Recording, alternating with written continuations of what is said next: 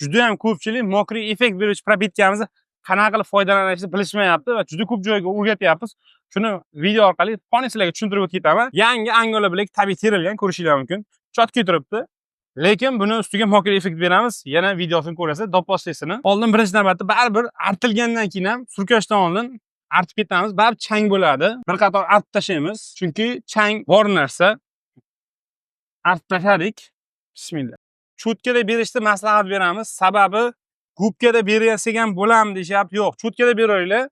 Cho'tkada berilgan hisobiga tosh o'ziga zo'r shimadi va uzoq yerlarga xudo xolasa turadi. Hop, e'tibor berish kerak bo'lgan ikkita uchta detal bor. Toshimiz quyosh pramo tushib turmagan bo'lishi kerak, ya'ni issiq bo'lmasligi kerak. O'zini o'rtacha holatda bo'lishi kerak. O'ta ham issiq holatda surkamasligiga maslahat beraman. Keyin lak surkashdan oldin toshimiz 1 sutka davomida suv tegmagan bo'lishi kerak. Lak surka bo'lganimizdan keyin 1 sutka davomida suv tegmasligini maslahat beramiz. Hozir misol uchun havomiz o'rtacha, bunaqa darajada issiq ham tushgani yo'q. Shuni hisobiga surkab ketaveramiz. O'rtadagi masofa artishimizning masofasi 20-15 minut tashkil qiladi. Mana shu narsaga metr joyda surkab bo'ldik.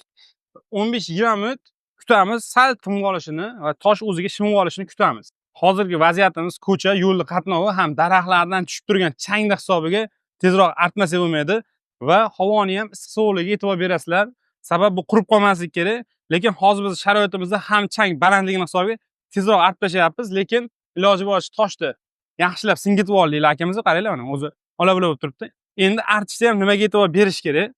Xo'p, artishni boshladim. Mana. Ekanimizda mana bu dila deymiz, ichki dilalarni yag'litligini hisobiga lak qaytlarda qolib ketadi. Chekkadan o'tirib qaraganingizda mana bu yerlar ola-bula bo'lib qoladi. Mana hozir ham bu yerda ola-bula bo'lib turibdi mana. Ko'rinyapti sizga? Endi kamerada ko'rinadimi bilmayman, lekin buni surka bo'lib artib turgandan keyin chekkadan o'tirib tomosha qilish kerak. Iloji boricha mana bu chaqlarni ham, mana bu choklarini yaxshilab artish kerak.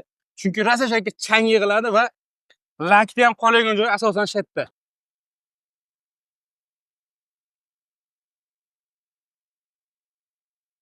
O'zim tepasidan kelib qarasalang, tepasidan kelib qarasalang. Mana bu yaltillab turgan joylari o'zi ko'rinadi. Nollarni tashlaymiz. Iloji boricha bir marta artgan lattalang o'zi bunaqa yaxshi latta bo'lsa, uncha-munchaga tez nima bo'lib qolmaydi. Lekin bir marta artib bo'lgandan keyin albatta ikkinchi lattalang yangi bo'laversin. Tabiiy grantimiz yangi holatida surkab yubordik. Yuvib tozalash shart bo'lmagan. Qurib holatida, xudo xolasa chotki bo'lyapti. Xo'p, endi chekkadan o'tib ko'ramiz kamchiliklarini. Mana yerda qolib ketibdi mana. Hozir mana artganimizdan keyin mana bu yerda chota qolib ketganga o'xshayapti mana. Mana shu chekkadan o'tirib, hozir kameradan uncha ko'rsatib berilmayapti. Lekin yaxshilab tomosha qilsangiz, o'zi ola-bula bo'lib qoladi. Juda ham yaxshi ko'rinadi. Do poslesiga mana bu tarafga surkalmagan, bu tarafga surkalgan artib ham bo'ldik. Bet hozir salqin, quyosh turgan hisobiga uncha bilinmayapti. Buni yangiligidan nima surkayapmiz? Birinchi navbatda kam chang ushlaydi, ham eng muhimi keramika bo'lib, uning ustiga suv ushamaydi. Ya'ni gidrofob effektini beradi.